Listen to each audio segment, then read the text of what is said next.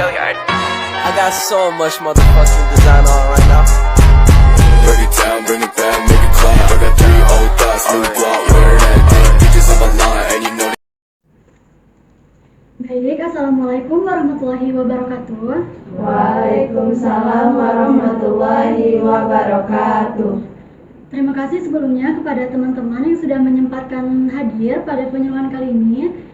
Sebelumnya, perkenalkan, nama saya Halimatus Sakdia. Saya mahasiswi dari Poltekkes Kemenkes Bengkulu.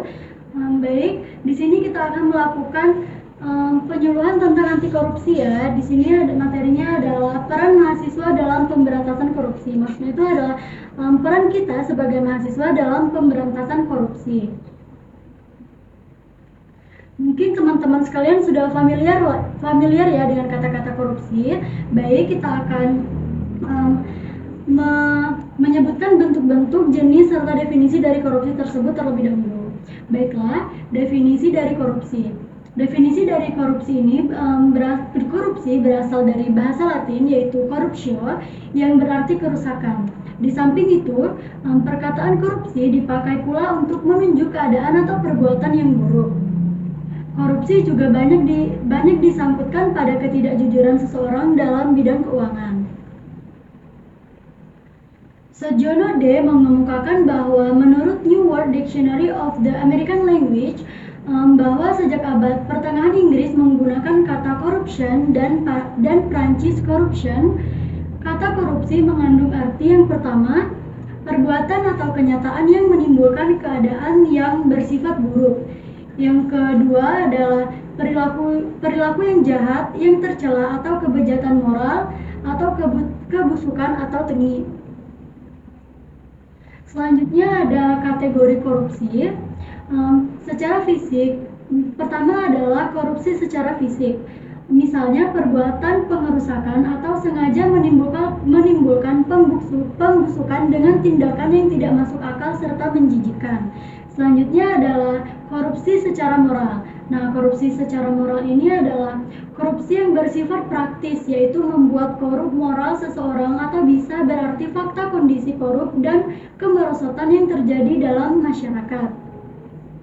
Selanjutnya adalah korupsi penyelewengan terhadap kemurnian. Contohnya seperti penyelewengan dari norma sebuah lembaga sosial tertentu, adat istiadat, dan seterusnya. Nah, selanjutnya ada bentuk-bentuk korupsi. Yang pertama adalah berkhianat, subversi, transaksi luar negeri ilegal, dan penyeludupan. Yang kedua ada menggelapkan barang milik lembaga, swastanisasi anggaran pemerintah, menipu dan mencuri. Selanjutnya ada menggunakan uang yang tidak tepat, memasukkan dokumen dan menggelapkan uang, mengalirkan uang lembaga ke rekening pribadi, menggelapkan pajak, dan menyalahgunakan dana. Selanjutnya ada ciri-ciri dari korupsi. Yang pertama adalah suatu pengkhianatan terhadap kepercayaan. Yang kedua ada penipuan terhadap badan pemerintah, lembaga swasta, atau masyarakat umum. Yang ketiga ada dengan sengaja melalaikan kepentingan umum untuk kepentingan khusus. Nah, selanjutnya ada peran mahasiswa dalam pemberantasan korupsi. Di sini ada dua. Yang pertama ada peran mahasiswa di lingkungan kampus. Baik, peran mahasiswa di lingkungan kampus dapat diwujudkan dengan upaya pemberantasan korupsi dimulai dari awal masuk perkuliahan.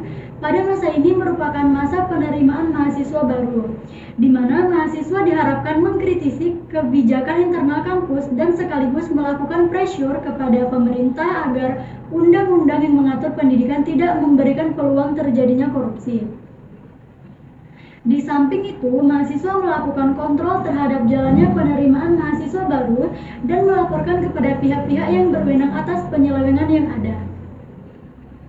Nah, selanjutnya adalah pada proses perkuliahan. Dalam masa ini, perlu penekanan terhadap moralitas mahasiswa dalam berkompetensi untuk memperoleh nilai yang setinggi-tingginya, tanpa melalui cara-cara yang curang. Contohnya seperti mencontek ya teman-teman.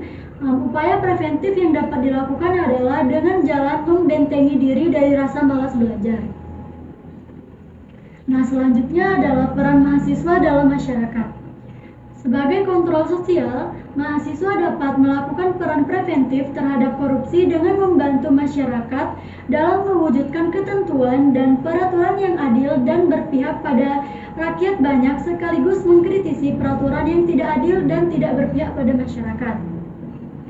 Kontrol terhadap kebijakan pemerintah tersebut perlu dilakukan karena banyak sekali peraturan yang dikeluarkan oleh pemerintah yang hanya berpihak pada golongan tertentu saja dan tidak berpihak pada kepentingan masyarakat banyak.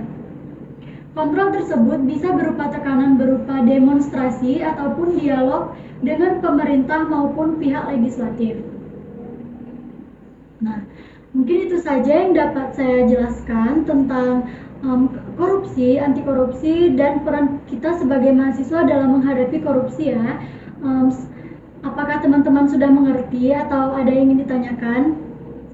Sudah mengerti. Baik, sebelumnya saya ucapkan terima kasih sudah menyempatkan hadir pada penyuluhan kali ini.